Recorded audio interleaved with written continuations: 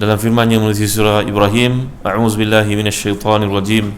Alam tara kaifa daraballahu mathalan kalimatan thayyibatan kasyajaratin thayyibah asluha sabitun wa far'uha fis sama' tu'ti ukulaha kullahinin bi'izni rabbiha wa yadribullahu al-amthala linas. Tidakkah kalian memperhatikan pokok yang kukuh itu adalah natijah dari akar yang kukuh dalam bumi, maka ia dipamerkan dengan batang yang teguh, kemudian dengan dahannya, rantingnya, rimbunan dedaunnya. Nanti tiba masa muncullah bunganya, menandakan ia cukup kesuburan. Nanti dari bunga itu lahirnya buah yang dinanti-nanti oleh yang menanam pokok tersebut. Maka kata para mufassir Al-Quran, contohnya Syekh kami di Jordan dahulu, Syekh Dr. Fadhal Hasan Abbas, bahawa beginilah indahnya komponen tamsilan perumpamaan yang Allah bawa untuk kita faham. Mustahil pokok durian yang tegap itu buahnya muncul pada musim-musimnya, akarnya tidak kuat, mustahil. Sebagaimana juga rumput rampai yang lemah, mudah ditarik keluar itu tentulah akarnya lemah. Maka demikian juga sebaliknya, durian yang kukuh, yang teguh, yang kuat, yang lebat buahnya itu tentulah bersumberkan akar yang teguh dalam bumi. Dan kemudian pokok durian yang teguh ini kadang-kadang pokok durian kat sini ada pokok durian. Jadi bagaimana pokok ini, kalau kita tak pantau, perhatikan dekat-dekat, buahnya makin merosot. Kenapa ya? Rupa-rupanya barulah kita tahu dalamnya ada kumbang. Kumbang merosakkan pokok ini, menunggu masa untuk ia runtuh, roboh. Maka demikianlah juga iman dalam diri tuan-tuan yang dimuliakan Allah sekalian. Kan itu Nabi kita sallallahu alaihi wasallam menyebutkan, la yasriku sariku hina yasrik wa huwa mu'min, wa la yashrabu syaribul khamr hina yashrab wa huwa mu'min, wa la yazni zani hina yazni wa huwa mu'min. Nabi memberikan kepada kita tentang gambaran penjenayah yang melakukan 3 jenis jenayah ini, iman sudah keluar dari dirinya. Siapakah mereka, wahai Rasulullah? Yang pertama, tidaklah mencuri, melainkan waktu mencuri, tak kala mencuri, iman seseorang itu keluar dari dirinya. Tidaklah seseorang itu minum arak, melainkan waktu ia minum arak, iman sudah tiada daripada dirinya. Dan tidaklah seorang itu berzina, melainkan waktu dia berzina itu iman sudah keluar dari dirinya. Jadi iman boleh tanggal, boleh hilang macam pakaian. Kata Ibn Abbas radhiyallahu anhuma, iaitulah bila melakukan jenayah-jenayah besar ini, perkara-perkara yang berkaitan dengan kehormatan dan kesucian diri ini, iman keluar daripada seorang, terapung-apung ia seperti awan di atas kepala seseorang. Jadi kuliah kita pada petang ini adalah berkisah tentang ayat yang kita boleh melihatnya di mana-mana. Digantung dalam premis perniagaan, digantung di rumah, digantung di pejabat. Mungkin ia menjadi penghias kepada telefon kita. Apakah ayatnya? Ayat daripada surah At-Talaq. Iaitulah firman Allah Subhanahu wa taala dalam ayat kedua yang ketiga, a'udzubillahi minasyaitonir rajim. Wa may yattaqillaha yaj'al lahu makhraja wa yarzuqhu min haitsu la yahtasib wa may yatawakkal 'ala Allahi fahuwa hasbuh innallaha balighu amrihi qad ja'ala Allahu likulli syai'in qadra. Sadaqallahul azim. Setiap kita menghafaz ayat-ayat yang mulia ini. Kata setengah ahli tafsir bahawa surat Talaq ini merujuk kepada surah An-Nisa As-Sughra, manakala surat Nisa yang panjang itu namanya An-Nisa Al-Kubra. Ni orang Arab punya style penjenamaan. Orang Arab ni dia ada satu bab dipanggil macam taglib. Contohnya orang Arab ada 2 waktu Isyak. Yang pertama maghrib itu dipanggil Isyak, yang kedua pun dia panggil Isyak juga. Isyak yang pertama itu Isyak yang pertama, Isyak yang kedua itu Isyak yang kedua. Macam mana pula tu Macam bulan-bulan tu kan, Rabiul Awal, Rabiul Akhir ataupun Rabiul Tsani, Jumada Al-Ula, orang Melayu panggil Jamadi. Sebenarnya Jumada Al-Ula, Jumada Al-Thaniya. Bahkan haji pun ada haji akbar dengan haji asghar. Banyak orang mengatakan haji akbar itu ialah haji yang wukuf jatuh pada hari Jumaat. Kata-kata ini tidak pernah bersandarkan kepada mana dalil yang sahih pun. Tak ada seorang ulama pun mengatakan demikian. Ia hanyalah kata-kata orang awam. Sebenarnya haji akbar berarti haji yang ibu-ibu bapa laksanakan itu dipanggil haji akbar. Tak kira lah wukufnya jatuh pada hari Jumaat atau selainnya. Haji asghar adalah umrah. Haji asghar adalah umrah. Lihatlah mana-mana kita tafsir pun, yaumal hajil akbar anallaha bari'um minal musyrikin wa rasuluh. Surat Taubah itu Allah menggunakan perkataan haji akbar. Haji akbar bukannya haji yang jatuhnya Jumaat pada hari wukufnya hari Jumaat, bukan. Itu kata-kata orang awam itu. Tidak ada seorang pun ulama mengatakan seperti itu. Ya? Baik. Jadi kembali kita kepada topik ini, bahawa surah Talaq dipanggil dengan An-Nisa As-Sughra, dan surah An-Nisa yang panjang yang berada di awal Al-Quran itu ia dipanggil sebagai An-Nisa Al-Kubra. Nak menunjukkan kepada kita betapa tingginya kedudukan orang perempuan. Allah mengkhususkan untuk mereka surah yang khas. Ada banyak surah tentang orang perempuan, pengkisahan tentang orang perempuan, ayat-ayat yang menceritakan tentang orang perempuan. An-Nisa itu panjang, At-Talaq ini pendek, ya, iaitu An-Nisa diturunkan oleh Allah selepas ramainya kalangan orang Islam yang terkorban di medan Uhud. Peperangan Uhud menyebabkan ramai orang Islam yang mati syahid. Maka bagaimanakah pengurusan isteri-isteri dan anak-anak mereka? Maka Allah turunkan ayat khusus untuk membentangkan topik ini. Ya, dan kalau Allah bawa lagi satu surah namanya At-Talaq yang berkaitan dengan rumah tangga sekiranya berlaku satu perkara yang namanya talak itu. Ya, walau bagaimanapun kalangan para ulama, contohnya Imam Baydawi, mengatakan ia mungkin merujuk kepada pengkisahan secara umum. Selain daripada itu, mereka mengatakan bahawa ayat tentang 1000 dinar ini dipanggil sebagai jumlah i'tiradiyah. Dia satu ayat yang diselangkan dalam satu bahasan tentang keadaan orang-orang perempuan selepas mereka ini ditalak oleh suami mereka. Ya, tapi pandangan kedua itu agak masyhur juga, mengatakan bahawa ayat ini berkaitan dengan sikap orang-orang Islam secara umumnya. Orang Melayu yang menamakan ayat ini 1000 dinar. Hebat orang Melayu. Kalau kita lihat dalam kitab-kitab tafsir, tak ada pula mengatakan demikian. Ya, ini kelebihan yang daripada orang-orang kita. Dia pandai menyenamakan Al-Quran. Baik. Kata para ulama tafsir, ayat ini turun berikutan dengan peristiwa penahanan anak seorang sahabat namanya Salim bin Auf bin Malik Al-Asja'i radhiyallahu anhum wa ardahum. Ya, Salim ini adalah seorang budak muda, dia pergi dalam satu peperangan, maka dia ditawan oleh musuh. Maka Auf bin Malik Al-Asja'i ini menangisi kehilangan anaknya itu. Apakah yang dilakukan terhadap anaknya? Isterinya pula merasa risau yang amat sangat, risau yang bukan kepalang terhadap kehilangan putera mereka ini. Maka dia pun datang mengadu kepada Rasulullah SAW, macam mana nak selamatkan anak ini, inilah anak lelaki tunggal saya, bagaimana nak selamat dia, apakah berlaku padanya. Maka Nabi mengajar Auf supaya memperbanyakkan mengucap istighfar, doa, dan juga la haula wala quwwata illa billahil aliyil azim. Kalau kita susah hati, banyaklah baca la haula wala quwwata illa billah. Ada riwayat mengatakan Nabi kalau susah hati, Nabi pegang janggut Nabi, kalau ada janggut lah,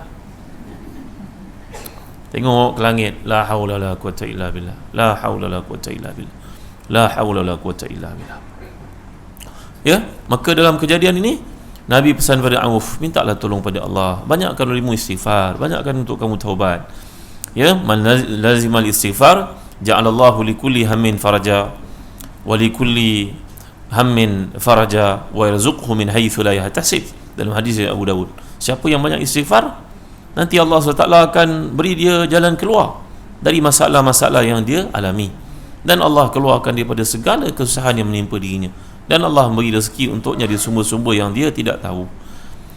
Ya, maka si Auf ini dengan isinya pulang, Rasulullah banyak istighfar sayang, banyakkan istighfar pada Allah, mintalah kepada dia, ucapkanlah la quwwata illa billah. Maka mereka pun memperbanyakkan istighfar, banyak istighfar. Ada satu kisah saya dengar ketika berada di Masjid Nabawi, seorang ulama menyampaikan bahawa ada seorang dari Syria.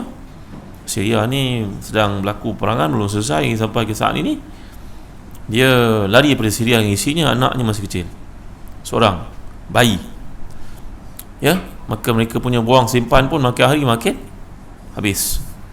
Duduklah menyewa di rumah yang paling tinggi di atas, naik tangga tinggi. Maka satu hari dia datang ke kuliah di masjid. Mendengarlah dia akan kuliah disampaikan oleh tuan guru bahawa siapa susah hati banyakkan istighfar, yang berkahwin tiada anak banyakkan istighfar, yang belum kahwin tiada pasangan banyakkan istighfar, yang dibuang kerja banyakkan istighfar, yang susah hati banyakkan istighfar, yang belum dapat universiti banyakkan istighfar, yang banyak hutang banyakkan istighfar, yang susah hati banyakkan istighfar, yang rasa dirinya susah istighfar.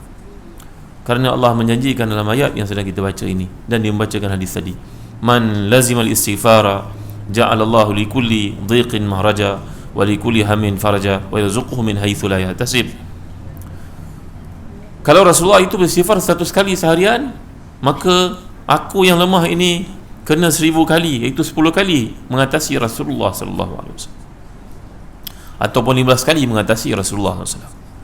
Ya, sebab aku banyak dosa banding dengan baginda sallallahu alaihi wasallam, kata tuan guru ini. Maka budak dari Syria ini, lelaki muda dari Syria ini berfikir, balik ke rumah dia cakap pada isteri dia, sayang, kita susah, marilah kita istighfar.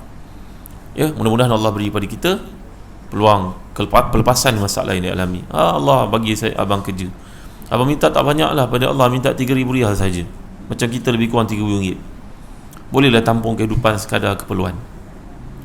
Maka guru suruh kita istighfar 15 kali lebih banyak pada Rasulullah. Rasulullah maksum 100 kali, kita tidak maksum 1000 atau 1500 kali.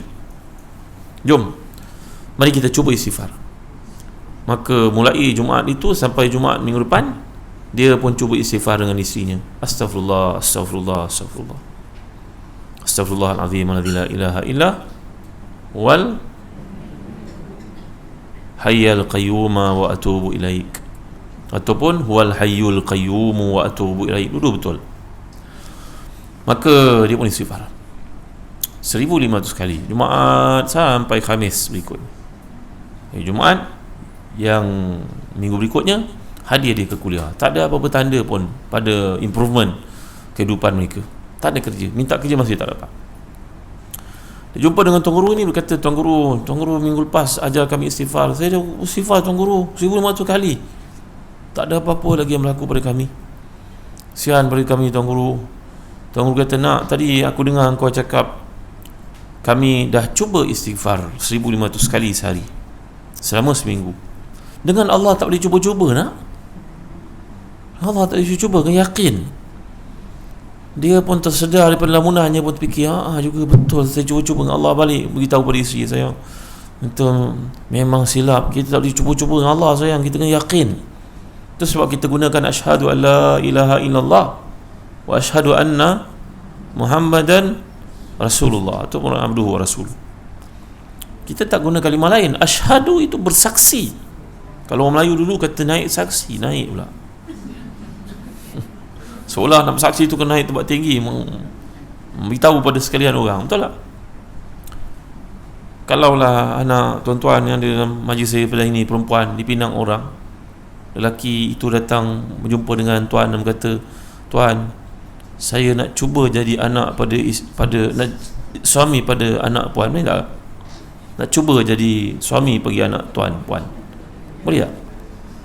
Tak boleh cuba-cuba, yakin. Tuan, saya yakin boleh jadi suami yang baik untuk anak tuan. Begitu kan? Begitu ayatnya. Maka dia mau pulang, mulai Jumaat itu di istighfar dengan isinya bersungguh-sungguh. Seminggu berlalu, saya dengar peristiwa ini dalam Masjid Nabawi, tuan-tuan. Maka masuk Jumaat yang kedua, dia tak nampak apa-apa lagi. Segan nak cakap dengan tuan guru ni, tak nampak lagi apa-apa butiran jawapan atas permintaan, rayuan kerja, tak ada. Orang Syria susah, tuan-tuan. Tiba-tiba pada hari Jumaat itu ada jamuan diadakan. Tuan guru ini dijamu oleh seorang kaya datang dari Kuwait. Orang Kuwait, orang kaya Kuwaiti, pakaiannya putih, serbannya, gayanya macam orang besar-besar. Dia makan jamuan pada program itu, dan akhirnya dia kata kepada tuan guru ni, saya suka dengar kuliah tuan guru, saya selalu datang ke sini dengar kuliah tuan guru. Saya sebenarnya orang Kuwait, saya ada perniagaan, saya ada banyak cawangan perniagaan, dan saya mencari seorang dalam bidang petroleum Ada tak di kalangan anak murid tuan guru yang dalam bidang petroleum? Allahu Akbar. Yang dimaksudkan itu budak lelaki yang minta doa sejak 2 minggu istighfar kepada Allah itu, dia punya degree dalam petroleum. Berlagi dah dia pergi pada tuan guru, tuan, saya lah orang ada degree dalam petroleum, saya tak ada kerja dah sebulan datang sini tak ada kerja, berbulan-bulan. Maka dia pun dah ambil bekerja. Jumaat itu mengubah hidupnya. Masuk sebulan, 2 bulan, 3 bulan, dia jumpa dengan tuan guru ini. Tuan guru dia bercerita bahawa orang Kuwait itu orang baik, yang agaknya besar. Tengok budak muda ini amanah, dia berjadi imam dalam ofis, jujur.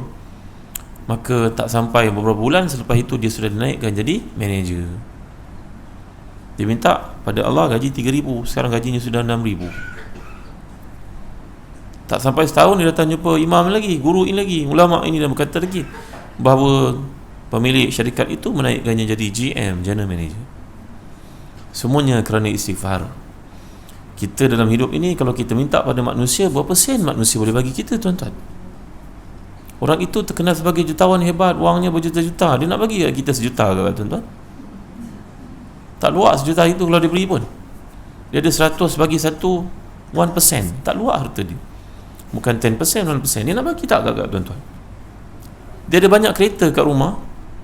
Kalau tuan-tuan baik dengan tokey kereta yang import kereta, AP kereta, setahun dia boleh import 1,000 kereta, tuan baik dengan dia bagi tak kereta sebiji agak? Cuba jawab. Allahu Akbar, Masya Allah, Tabaraka wa Ta'ala. Jauh panggang dari api. Ya, itu sebab dikatakan oleh penyair, "O bunai Adama idza su'ila yaghdabu." Ya, wasalil ladzi abwabu la tughlaqu. Mintalah kepada Allah yang pintu rahmatnya tak pernah tertutup. Tapi kalau kamu minta kepada manusia yang hartanya terbatas itu, dia marah. Kamu baik dengan orang kaya, kamu minta-minta pada dia jadi benci pada kamu nanti. Dia takkan peduli kamu. Kerana Nabi telah bersabda, "Izhad bima fi aidnas yuhibbukan nas." Ya, dalam hidup ini jangan banyak minta. Para isteri yang ada dalam program yang ramai pada ini yang telah berkuliah-kuliah bertahun-tahun, saya difahamkan, kalau masjid ini mengeluarkan degree Masters PhD, mungkin dah dapat profesor agaknya. Ibu kan rajin datang kuliah, ya Allah, di mana-mana. Kita orang lelaki ni makhluk yang hampir pupus.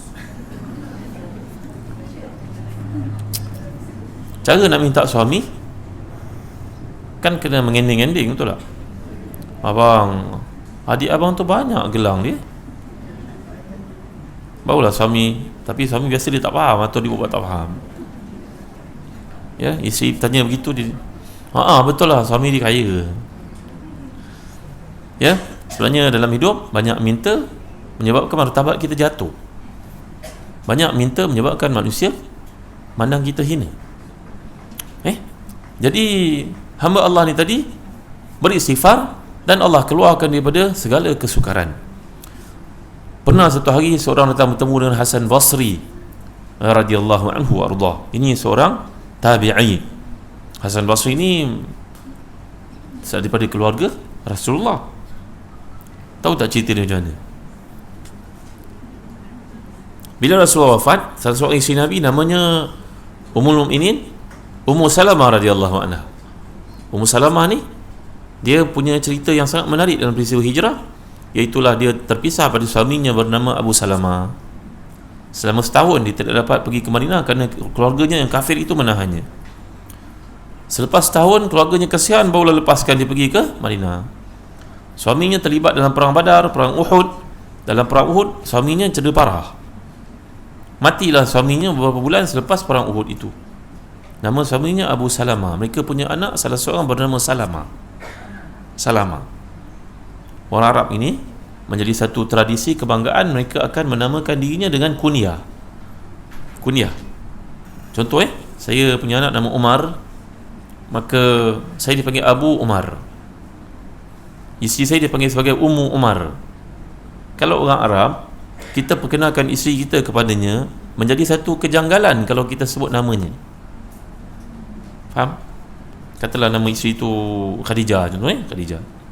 Maka kita berkata pada orang Arab, hadhihi Khadijah zaujati. Ini adalah Khadijah, isteri saya. Pelik, orang Arab pelik macam tu. Orang Arab dia lebih senang kalau kita katakan ini Ummu Umar, ini adalah ibu pada Umar, makna kami mempunyai anak namanya Umar. Faham? Belajar Dan ini satu sunnah Nabi SAW. Satu sunnah. Walaupun orang tu tidak ada anak, walaupun dia belum berkahwin, walaupun dia masih kecil, dia layak membawa title seperti itu. Faham? Faham tak?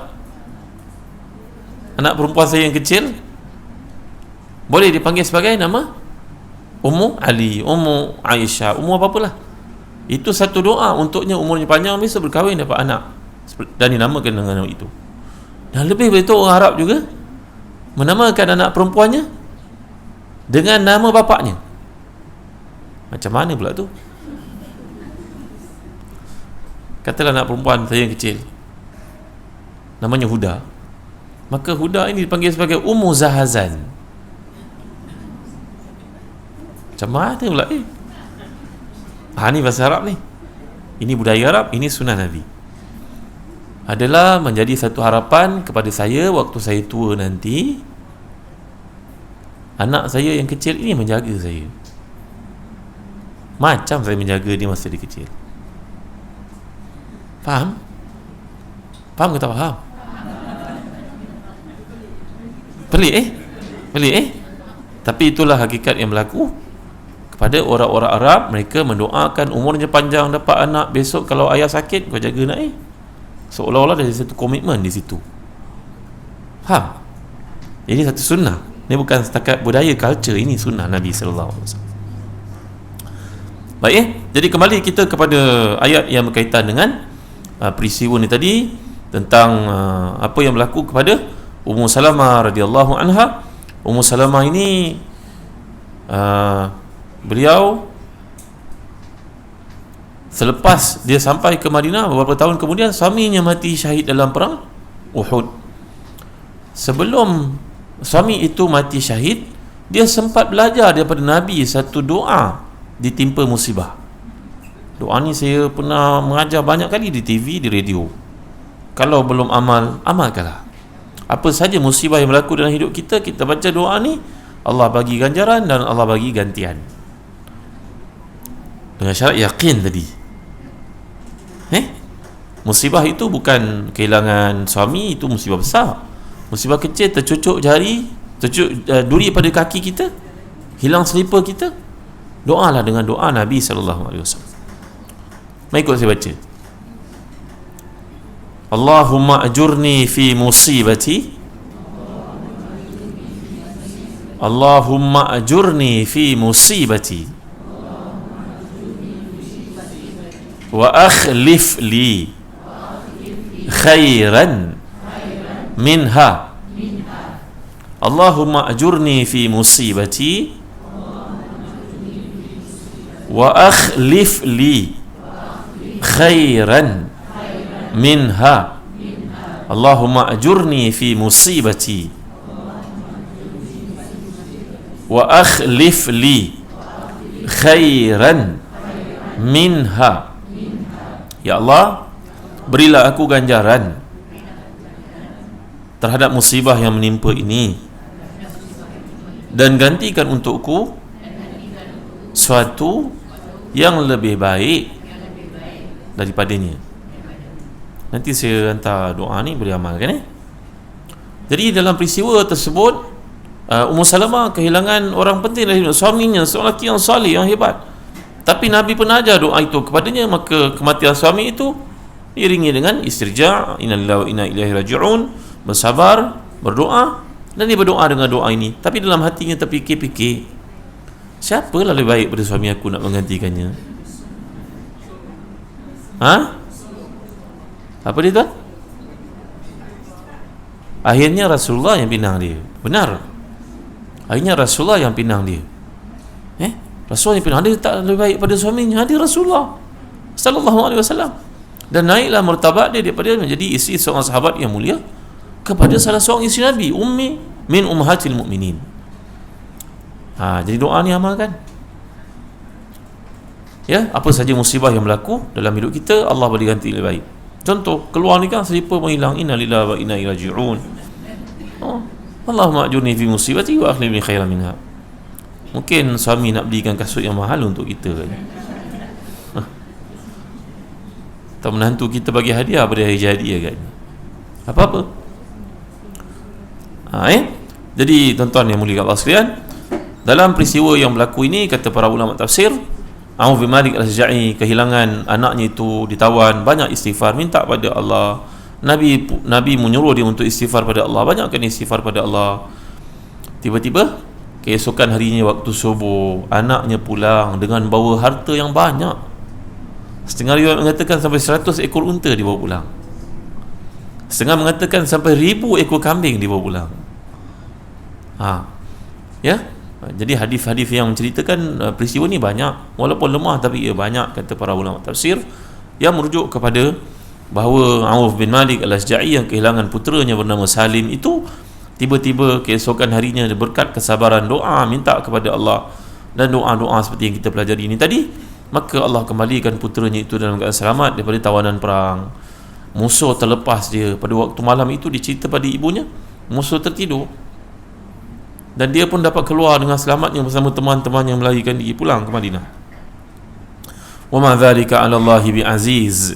Perkara-perkara itu tidaklah sukar di atas Allah Subhanahu wa taala. Jadi ayat ini mengajar kita, kata para ulama tafsir, contohnya Imam Baydawi, ia adalah berkaitan dengan perkahwinan. Itu pandangan pertama. Bahawa ayat ini kalau kita baca daripada awal, fa idza balagna ajalahunna fa amsikuhunna bima'rufin aw fariquhunna bima'ruf wa ashhidu zawai adli minkum wa aqimus syahadata lillah dzalikum yu'adzu bihi man kana yu'minu billahi wal yawmil akhir wa may yattaqillaha yaj'al lahu makhraja. Kalau seseorang itu tidak berpuas hati dengan isinya, maka dia boleh merujuknya, boleh dia meneruskan perkahwinan itu dalam keadaan berlapang dada, ataupun kalau tidak ada jalan keluar, boleh bercerai daripada isinya itu dengan cara yang baik. Dan siapa yang menceraikan isinya dalam keadaan baik dan tunaikanlah persaksian kerana Allah, itu yang diajar pada kamu, siapa yang melakukan perkara ini, maka Allah SWT akan keluarkan daripada segala kesukaran dalam hidup. Perkahwinan itu benda yang baik. Memang dalam hadis mengatakan abghadul halal lillahi talaq. Perkara yang baik, yang harus di sisi Allah, yang Allah benci, ia harus tapi Allah benci, ia halal tapi Allah benci, namanya talak. Itu dalam keadaan-keadaan yang tiada sebab. Tapi kalau ia bersebab, maka tiada masalah untuk berlakunya perceraian. Dan banyak peristiwa yang merujuk kepada bila berlaku perceraian, masing-masing dapat hidup lebih baik. Yang isteri itu berkahwin dengan suami baru, keadaannya lebih baik, dan suami itu berkahwin dengan isteri yang baru, kerana mereka menjadi baik. Ya, jadi dalam Islam mengajar kita bahawa berlapang dada ni perkara yang penting. Ada seorang sahabat Nabi namanya Sahal bin Sa'ad As-Sa'idi radhiyallahu anhu. Dia budak-budak ketika Nabi sampai ke Madinah, usianya baru 8 tahun. Bermain kat masjid, duduk main dengan anak-anak sahabat, tapi dia seorang yang cerdas, bijak. Satu hari Nabi tanya kepadanya, wahai budak, nama engkau apa? Dia jawab, nama saya Hazan.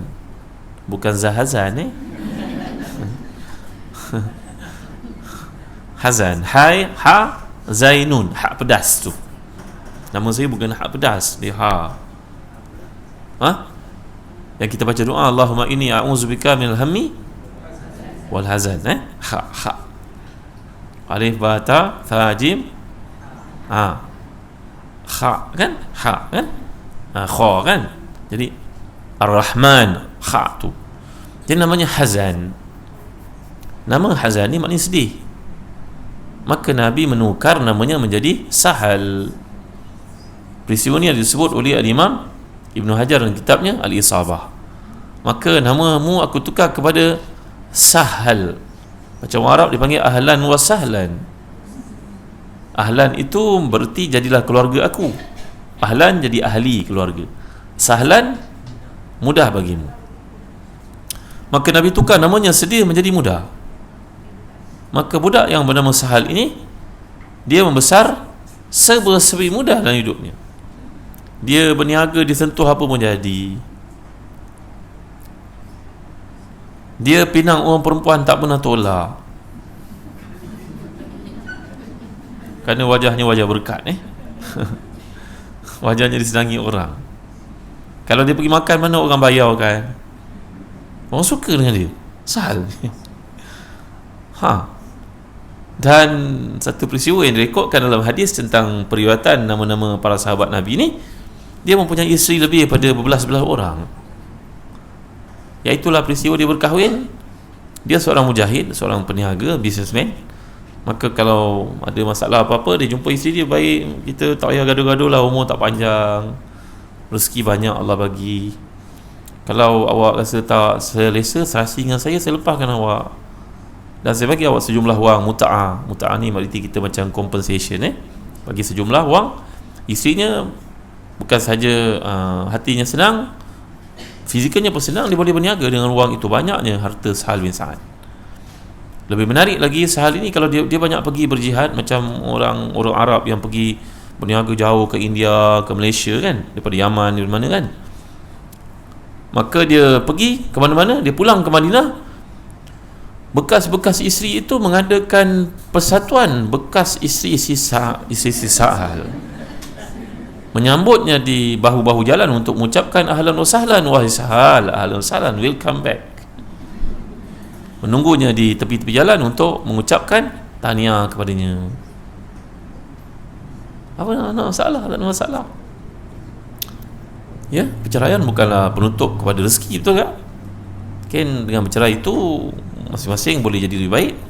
Maka Sahal ini seorang sahabat Nabi yang mempunyai isteri yang ramai, isteri-isterinya semua berjaya, jadi orang hebat-hebat, anak-anaknya semua hebat-hebat. Tidak ada sedikit pun perasaan dendam terhadap para isteri itu. Bahkan kalau bekas isterinya nak berkahwin pun, dia tolong organisekan perkahwinan itu. Dia keluarkannya duit. Oh, dia tak cukup, tambah duit. Allahu Akbar. Masya Allah, alam nashrah laka sadrak wa wada'na anka wizrak. Apa nak dendam dengan orang? Betul tak? Orang yang dendam dengan orang ini hatinya kotor. Dia akan menghalang dia untuk berjaya dalam hidup, kerana dia sentiasa menyimpan mazmumah dalam dirinya, beban dalam dirinya, kan? Maka kembali kita kepada kisah yang sedang dibincangkan ini. Allah SWT mengajar umat Islam bahawa kalau perlu bercerai, ceraikan dengan cara baik, walaupun itu tidak disukai oleh Allah SWT. Tapi kalau itu jalan keluarnya, masing-masing boleh bawa cara hidup yang lebih baik. Selepas mungkin dia boleh lebih berjaya tanpa adanya suami tersebut. Maka Allah mengajar dalam ayat ini, bukan galakan, ini satu exit point kalau ia perlu dilakukan, ya. Maka Allah mengajar di sini, siapa yang bertakwa kepada Allah, Allah beri jalan keluar untuknya. Wa yarzuquhu min haitsu la yahtasib, dan Allah memberi rezeki dari sumber yang tidak disangka-sangka. Wa man yatawakkal 'ala Allahi fa huwa hasbuh, siapa yang rajin bertawakal pada Allah, maka Allah akan mencukupkannya. Innallaha balighu amri, Allah Subhanahu wa taala akan menyampaikan segala urusannya. Qad ja'alallahu likulli syai'in qadra, Allah Subhanahu wa taala telah menetapkan segala benda itu ada taksirannya, ada ketetapannya, ada hak-haknya. Jadi semua itu dalam ilmu Allah Subhanahu wa taala. Dalam kitab-kitab tafsir menceritakan, dahulu sebelum kamu ada dua orang bersahabat, seorang kaya, seorang miskin. Yang miskin ini bertemu dengan temannya dan berkata, wahai teman, boleh tak engkau bantu aku dengan sedikit wang untuk memulakan perniagaan, supaya aku tidak minta-minta pada orang dan aku pun menjadi orang kaya, dermawan, hartawan macam kau. Yang kaya ini berkata, baik, boleh. Berapa engkau perlukan? 100,000 contohnya, 100 dinar. Siapa yang akan jadi penyamin? Allah. Dijawab Allah. Allah. Siapa akan jadi saksi? Allah. Wa kafa billahi wakila wa kafa billahi syahida. Cukuplah Allah jadi garantor, cukuplah Allah jadi saksi. Allah, ya Allah. Dia pun ambil wang tersebut, pergilah dia berniaga ke seberang lautan. Pada hari yang dijanjikan untuk dia bayar balik, kawannya tunggu di tepi laut. Mana fulan bin fulan ni? Hari ni hari penunaian janji, bayar balik. Tunggu dah dekat maghrib, tak ada batang hidungnya. Daripada aku pulang tangan kosong, tak apalah, aku angkatlah kayu-kayu yang hanyut di laut ini. Mana tahu boleh dijadikan sebagai kayu api kat rumah. Allah ilhamkan untuk dia. Dia ambil kayu-kayu yang hanyut laut ini, bawa pulang ke rumahnya. Isi tanya, abang macam mana? Kawan balik. Dia orang baik. Masa abang pinjamkan duit tu, Allah jadi penyamin, Allah jadi saksi. Dia orang baik, dia akan bayar. Mungkin susah agaknya hidup dia sekarang. Baik sangka dengan dia. Ni kayu abang buat apa nak? Buat kayu api. Mereka pun kupas kayu tersebut, kapak dan sebagainya. Tiba-tiba dalam kayu yang besar yang mereka dibawa pulang oleh suami itu, ada botol mengandungi wang yang dipinjamkan. Dan ada surat daripada teman itu berkata, wahai teman, aku pinjam kau dengan nama Allah, Allah jadi saksi, Allah jadi penyamin, maka Allah akan kembali kau ini. Aku berniaga dengan berjaya, aku pulangkan hak kau dengan tambahan, ya, dan aku harap kau dapat terima wang ini. Tuan-tuan dimulai kat Allah sekalian, ini cerita tentang wali-wali sebelum kita. Jangan kita buat tau. Hum darajatun indallah. Manusia ni punya darjat di sisi Allah. Jangan ada pula nanti yang pinjam wang, kata dah aku dah hantar itu, kau tak terima Zaman kita ni kasratul fasad, banyaknya orang yang tidak jujur dan juga banyak kefasikan. Maka cerita-cerita seperti ni kita baca macam cerita dongengan. Betul ya? Maka Nabi menceritakan orang itu menerima balik haknya kerana yang menjadi penjamin dan saksi adalah Allah SWT. Wa kafa billahi wakila wa kafa billahi syahida. Maka dia pun terima wangnya, tak luar sedikit pun, ada tambahan lagi, kerana keyakinannya pada Allah yang begitu sekali dipasrahkan. Gitu juga Nabi bercerita tentang orang sebelum kita yang punya tanah. Maka datanglah seorang teman untuk menggunakan tanah tersebut, dia sewa untuk tujuan penanaman. Maka dia pun mengusahakan tanah itu bersama anak isterinya, menggali, membuat batasan. Tiba-tiba dalam tanah teman yang disewa itu dijumpa sejumlah wang yang banyak sangat. Dia menjadi takut. Dia bawanya wang itu pergi jumpa dengan tuan tanah, berkata kepada dia, tuan, aku sewa tanah kau, aku gali, nak tanam pokok, jumpa harta banyaknya, ini milikmu. Yang punya tanah pula berkata, tak, aku dah sewakan kau, apa saja untung ruginya memang kau kena tanggung kan. So kalau kau jumpa, kau punya. Mereka berebut-rebut untuk tidak menerima benda itu. Allahu Akbar, Masya Allah, Tabarakallah. Seronoknya berniaga dengan para awliya, wali Allah. Ala inna awliya Allahi la khawfun alaihim wa lahum yahzanun alladhina amanu wa kanu yattaqun. Orang ini melihat bahawa akhirat itu adalah tujuan, dunia adalah keperluan.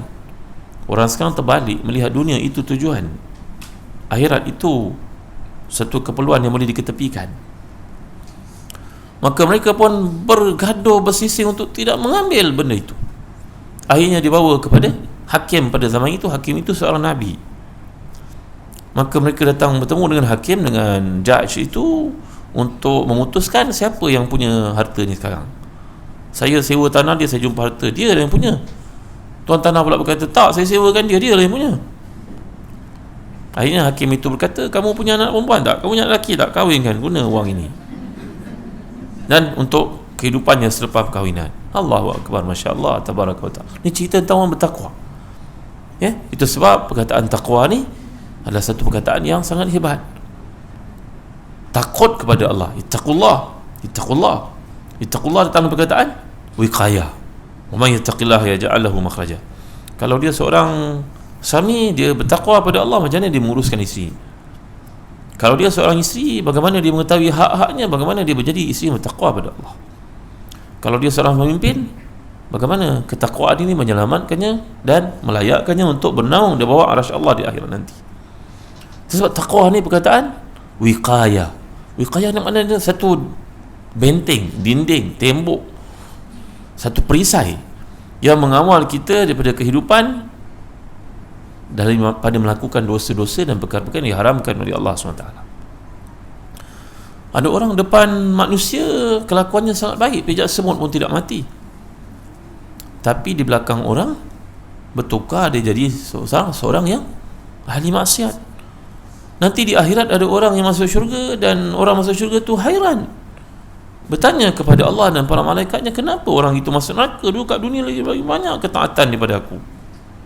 Maka jawapan malaikat, haula'i idza khallau bi anfusihim intahaku mahrimallah. Ini orang kat depan kau baik, di belakang manusia maka dia melakukan macam-macam benda yang haram, macam maksiat dilakukan. Bila orang tak tahu je, dia akan mula melakukan maksiat pada Allah. Dia ambil kesempatan dalam keadaan orang tidak aware, tidak tahu tentang pelakuannya itu. Itu sebab tuan-tuan dimuliakan Allah sekalian, antara manusia yang paling besar siksanya di sisi Allah adalah orang lelaki yang berzina, dan dia berzina dengan isteri orang. Itu dosa yang paling besar di sisi Allah SWT. Kerana duduk berjiran, bertegur, berzina dengan isteri orang, yang antara dosa yang paling besar di sisi Allah. Sedangkan jiran sepatutnya punya hak-hak tertentu.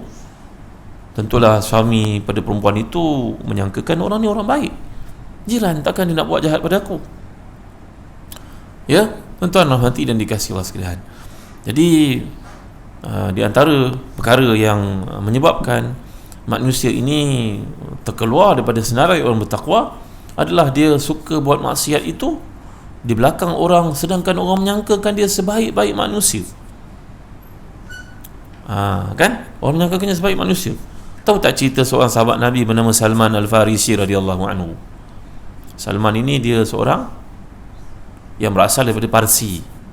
Keluarganya menyembah api. Bapaknya itu membuat biara untuk penyembahan api oleh orang Majusi. Salman tidak berkenan dengan cara itu, tak masuk dalam akal dia, tak boleh terima dia. Akhirnya dia melarikan diri. Selepas dihukum oleh ayahnya, dikurung, dilepaskan diri, pergi masuk agama Kristian. Kerana dia kagum tengok ibadat orang Kristian. Masa itu belum ada Nabi kita Muhammad sallallahu alaihi wasallam di Madinah.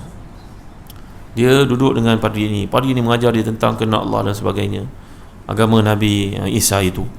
Padri itu nak mati, padri itu mewasiatkan dia, kau pergi ke tempat sekian-sekian. Padri ini adalah seorang macam aku, dia mau pergi ke situ. Alangkah malangnya padri tersebut penipu rupanya. Salman duduk dengan dia depan orang muka yang baik lagi, belakang orang dikumpulkan harta, dibuat maksiat. Pada hari dia mati itu, Salman memberitahu sekalian orang yang memujinya bahawa padri yang kamu puji ini seorang ahli maksiat, pencuri harta kamu. Orang semua tak percaya. Dia kata, kau tak percaya, cubalah lihat di bawah gereja itu penuh dengan hartanya. Maka mereka pun lihat, mereka baling kubur padri itu dengan batu dan kayu. Orang sangkakan dia orang baik, tapi dia membuat maksiat di belakang orang. Orang menyangkakan dia orang baik-baik. Tuan-tuan dan puan dimuliakan Allah sekalian. Maka Salman pindah lagi kan. Akhir sekali dia mendengar tentang datangnya seorang manusia dari tanah Arab, daripada Mekah itu, mengaku menjadi Nabi. Masa itu dia menjadi hamba kepada seorang Yahudi. Dia ditawan. Dalam perjalanan itu ditawan, dijual beli macam Nabi Yusuf. Akhirnya jadi sebagai seorang hamba. Tahu tak kisah ni? Macam tahu je. Ibu-ibu ceritalah pada anak-anak, pada cucu, cerita-cerita Nabi, cerita-cerita para sahabat ni. Cerita pada mereka. Beli buku-buku ini, jadikan ia satu kewajipan untuk kita memahaminya. Kerana orang-orang ini yang mempertautkan kita dengan Allah dan Rasulnya sallallahu alaihi wasallam. Ya. Jadi orang bertakwa ini, kata Sayyidina Ali karramallahu wajhah, terletak pada 4 perkara. Takwa ni kata Sayyidina Ali 4 perkara. Yang pertama, al-khawfu minal jalil. Takut kepada Allah. Takut kepada Allah, kata Imam Ghazali, bukan kau lari daripadanya. Takut tapi kau kena datang padanya. Bukan macam kau takut pada binatang berbisa, kau lari daripadanya. Tapi takut engkau kepada Allah, engkau kena menghampirinya. Yang kedua, al-imanu bitanzil, beriman kepada Al-Quran. Membaca Al-Quran itu menjadikan kita orang yang lebih bertakwa. Baca. Kalau sahabat Nabi namanya Ikrimah bin Abi Jahal, bapaknya musuh Islam, dia adalah sahabat Nabi yang agung, namanya Ikrimah. Setiap kali dia baca Quran, dia akan nangis. Dia ciumnya Quran itu. Haza kalamu Rabbi, ini firman Tuhanku. Kan? Apa hukum cium Quran lepas baca Quran? Hukumnya makruh. Jangan kau sunat cium Quran. Dalam mazhab Syafi'i, Imam Bujairami sunat mengatakan, sebagaimana kita sunat cium ibu kita, ayah kita, orang alim,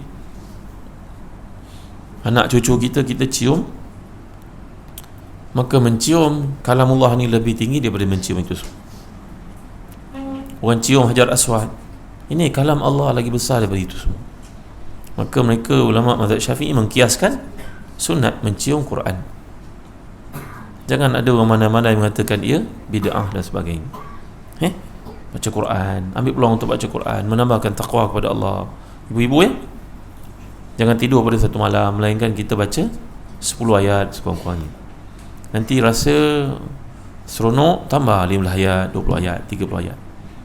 Orang yang baca 1000 ayat semalaman, besok akhirat dibangkitkan bersama dengan para jutawan akhirat. Muqantarin disebut dalam hadis.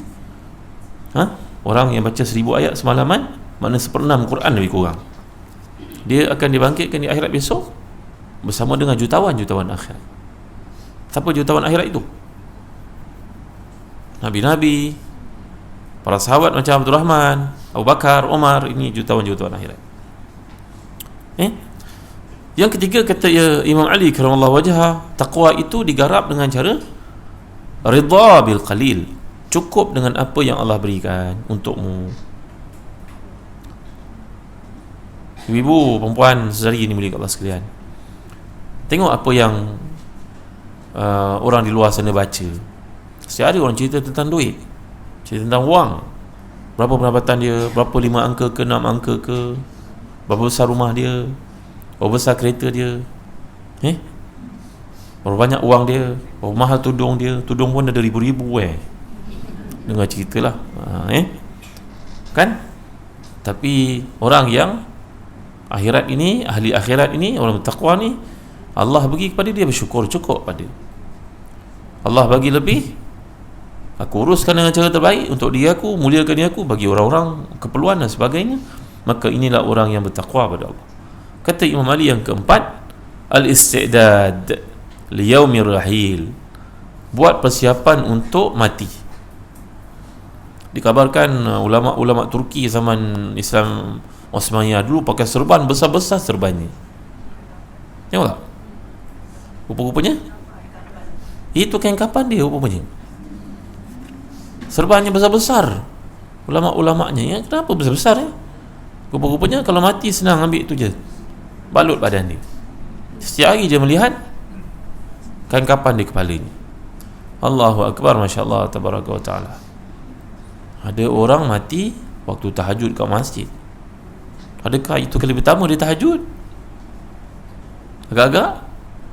Tak, dah puluh tahun dia buat. Dah puluh tahun muka dia meletang awal ke masjid, kan? Ada orang kahwinnya sudah siap disebarkan, menunggu hari-hari ini nanti itu, tiba-tiba meninggal dunia dia. Tu kan? Ada orang meninggal dunia dalam kapal terbang untuk pergi ke Mekah. Ada orang meninggal dunia bila kakinya dijejakkan di Madinah. Ada orang meninggal dunia sedang baca Quran. Ada orang meninggal dunia ketika berkuliah. Ada orang meninggal dunia ketika mendengar kuliah. Kan? Itu kan ulama besar di Syria itu, ya, Mustafa Al-Khin rahmatullah alaihi, ulama besar ini, dia sudah tua, mulutnya sudah tidak boleh cakap, tapi yang mengajar itu semua anak-anak muridnya. Maka anak murid itu menggeletar nak bercakap, Tuan Guru izinkan untuk menyampaikan kuliah. Tuan Guru, betul ke saya cakap ni? Angguk dia tak boleh cakap, mulutnya tak boleh cakap lah, kerana terlalu tua. Panggil tak menyaut, rupanya mati sedang duduk dalam kuliah itu, mendengar anak muridnya sampaikan kuliah. Tengok, orang-orang ini memilih jalan untuk mati dalam kebaikan, kan? Jadi tanda orang bertakwa ni, dia ready untuk mati. Hak orang itu telah lepaskan, hutang telah pun dibereskan, hidup tak ada dengki dengan orang, berlapang dada pada orang lain. Orang senang, saya pun syukur tengok kamu senang. Tak adalah hidup kamu merempat menyusahkan orang lain. Saya suka tengok kamu senang. Walaupun saya tak menikmati itu semua, tapi saya rasa amannya, lapangnya, seronoknya tengok orang Islam berjaya dalam kerja mereka. Betul. Jadi orang ni punya persiapan untuk mati. Kerana mati itu tak menunggu tempat. Dia tidak bergantung pada abjad. Kalau mati itu bergantung pada abjad, nanti semua orang nak menamakan dirinya Zaid, Zahazan macam saya. Betul? Kan? Tak. Ya, orang itu sudah disiapkan untuk ditabalkan, untuk dia bagi penghormatan, untuk majlis kahwinnya, untuk begitu begini. Allah tidak kira, tuan-tuan. Maka tanda orang bertakwa ni, kata Imam Ali karramallahu wajhah, ada 4 perkara. Melihat Allah, beriman kepadanya, takut padanya, merasakan Allah memantau dia, namanya muraqabah tu. Nak buat satu benda, fikir. Kalau budak-budak yang baik ni dekat sekolah ni, tanya dia, kenapa kau tak isap rokok nak? Dia kata, ustaz, saya tak isap rokok, saya terbayang ayah saya nampak saya isap rokok, terbayang mak saya hantar saya tengok saya isap rokok. Budak baik dekat sekolah kan, tanyalah dia. Terbayang jasa mak ayah dia, takut nak buat jahat. Orang beriman, dia terbayang Allah melihat dia. Apa aku nak jawab pada Allah nanti? Apa jawapan aku pada Allah?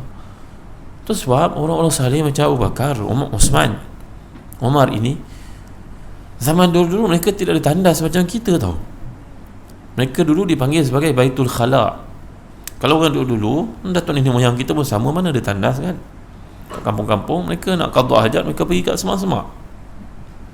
Orang Arab pun begitu juga. Dulu mereka bukan ada tandas proper macam kita. Abu Bakar, Umar, Osman, Ali ni sahabat-sahabat yang jago, yang besar-besar ni, dia pergi ke tempat untuk qada hajat, dia tutupnya muka dia, malu dengan Allah untuk melihat. Dia terasa Allah melihatnya, malu dia. Itu sebab disunatkan kita tutup kepala ketika masuk tandas, merikutkan kepada perbuatan orang-orang salih ini. Dia merasa takut, malunya menguasai diri, sampai merasakan Allah merhatikan dia, dia malu Allah melihatnya dalam keadaan itu, walaupun itu satu keperluan biologi. Ya, jadi Imam Ali karramallahu wajhah berkata dalam kenyataan ni tadi, bahawa aku perhatikan Quran, aku perhatikan penjelasan Nabi Muhammad SAW. Orang bertakwa ini terletak pada 4 perkara. Takut pada Allah, iaitu dia melihat Allah, merasakan Allah dalam semua keadaannya. Dia beriman kepada Al-Quran, membacanya, menyayanginya, merinduinya. Yang ketiga, dia redha dengan apa sahaja pemberian Tuhannya. Cara orang kaya redha lain daripada cara orang miskin redha, betul? Orang kaya, dia banyak wang, galakan dia untuk membantu orang, bantu masjid, bantu keluarga yang susah, bantu sebagainya, itu pahala bagi besar. Ada setengah ulama mengatakan orang kaya macam tu peranan dia buat ibadat. Orang miskin, dia tak dapat benda itu semua, dia banyakkan puasa sebagai rasa bersyukur pada Allah. Aku tak ada duit nak makan ini, aku puasa. Jangan orang kaya itu puasa, wangnya simpan je. Betul tak? Dan orang miskin yang tak ada duit pula yang keluar duitnya, hanya dia yang bankrupt. Jadi macam tu cara mengusahakan pahala mardatillah, ridha Allah. Dan yang terakhir kali kata Imam Ali karramallahu wajhah, iaitulah membuat persiapan untuk mati. Setiap orang yang bertakwa ni akan merenung, memuhasabah dirinya, tengok akaun akhiratnya setiap hari. Sayyidina Umar Khattab radhiyallahu anhu dikatakan setiap malam jiran-jirannya mendengar dia menyebat kakinya itu, menyebat dirinya, dan berkata, wahai Umar, engkau nak jawab apa depan Allah nanti? Hari ini apa amal ibadat yang kau buat, wahai Umar? Dia pukul dirinya. Kita bila cerita tentang muhasabah,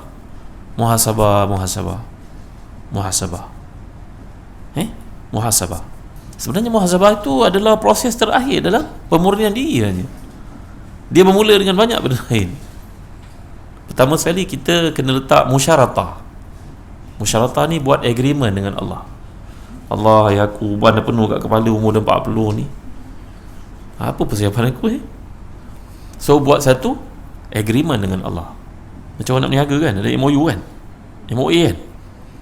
Maka orang 40 tahun kena buat satu agreement dengan Allah. Apa buktinya 40 tahun?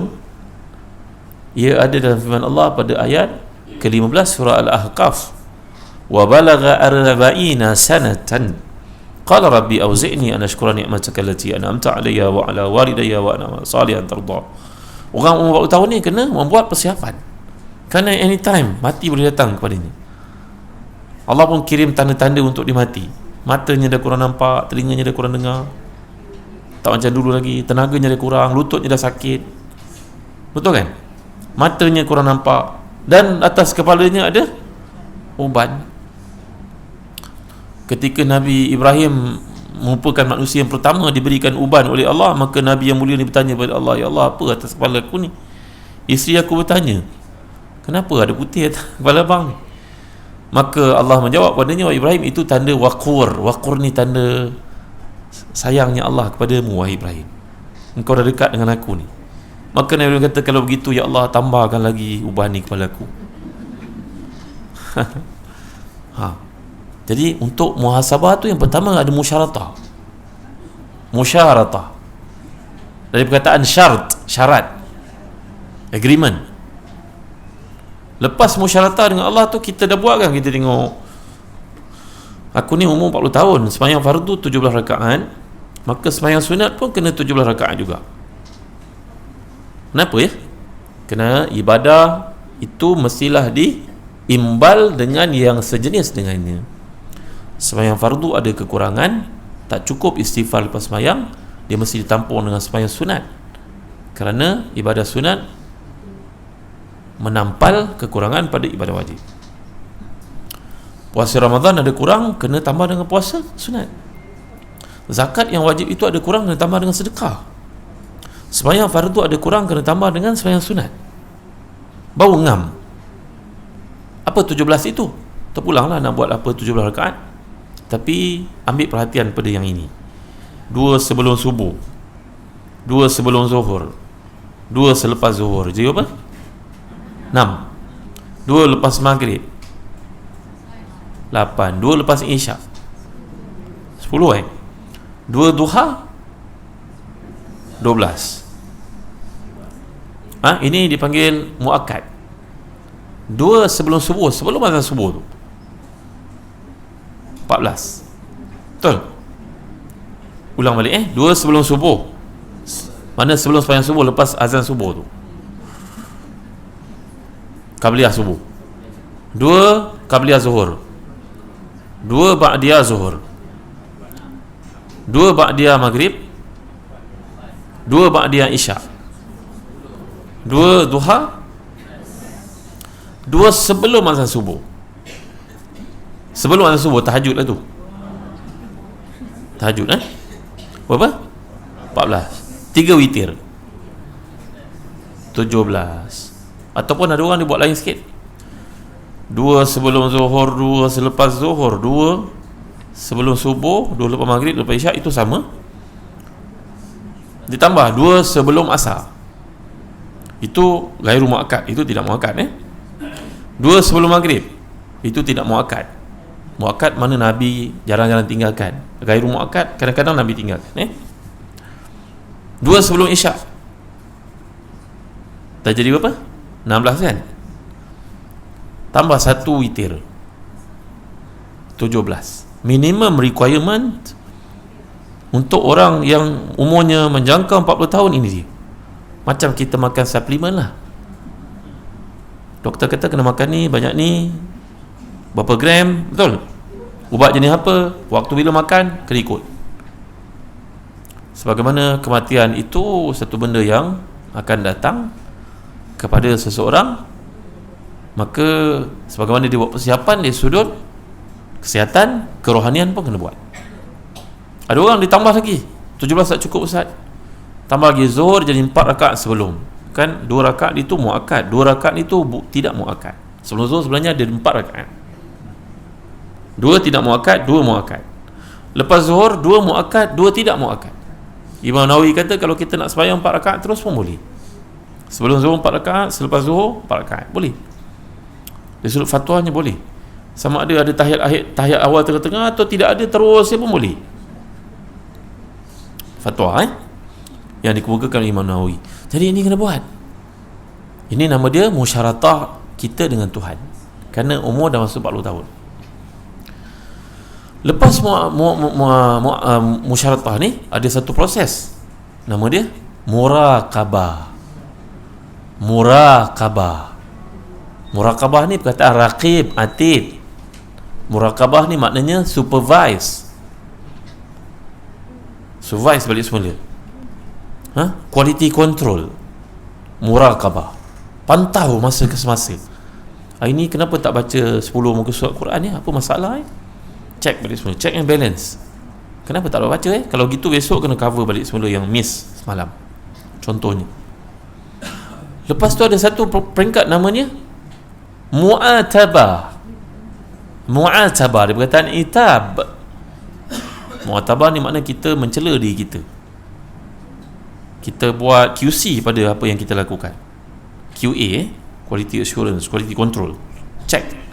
Kenapa Maka kita hukum diri kita pada kelemahan-kelemahan yang berlaku. Kita cela diri kita pada kelemahan-kelemahan berlaku.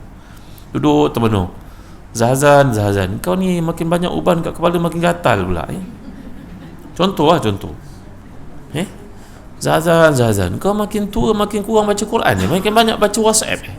Kau ni nak jadi apa? Kau ni makin banyak duit, makin kedekut pula. Kenapa? Maka kita tanya diri kita.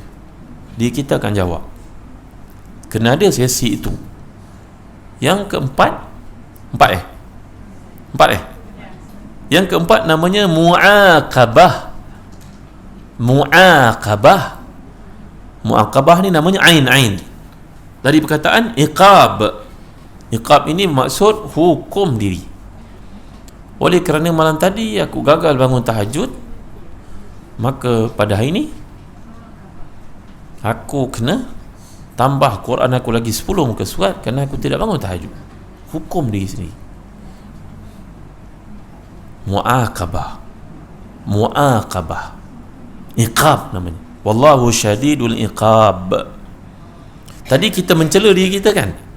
Sekarang kita menghukum diri kita. Ada guru saya ketika saya belajar hadis dulu, namanya Syekh Maulana Dr. Walid Ani Al-Hasani, seorang ulama hadis yang terkemuka di Baghdad. Dia berkata kepada kami, kita bila jamu dia minum teh, dia tak minum teh. Orang Arab jarang tak minum teh, dia mesti minum teh. Syai dia panggil. Minum teh tu dia gula ambil sini letak tu lah. Tak minum teh. Teh sedap macam mana tak minum. Ada minum dengan pudina, ada minum dengan na'na', ada minum dengan apa maramia, dia tak minum. Tanya Syekh, boleh tak cerita kenapa Syekh tak minum teh? Orang semua minum teh. Dia kata, anakku, kau tahu tak, dulu masa aku belajar hadis, aku ni seorang yang mudmin ni mana addicted untuk teh. Aku kaki teh, macam mana pun aku nak minum teh malam. Pada malam yang sejuk di Baghdad itu, aku nak minum teh, semua kedai tutup masa sejuk. So aku terpaksa travel dekat 100 km untuk cari teh. Dari hotel, dari tempat penginapan itu, aku travel sampai 100 km. Aku sampai di tempat itu, orang yang buat teh itu memang nak tutup kedai dah. Teh yang dibuatnya itu, ceritnya kalau kau tengok memang kau kata muntah, kotor kan. Tapi kerana aku ketagihan sangat, aku minum teh itu. Habis cerita. Aku balik rumah dah lambat, aku tidur, subuh besok tu terlambat bangun. Maka mulai hari itu aku mengharamkan dia aku minum teh. Kerana sebab teh ini aku tak sembahyang subuh pada waktunya.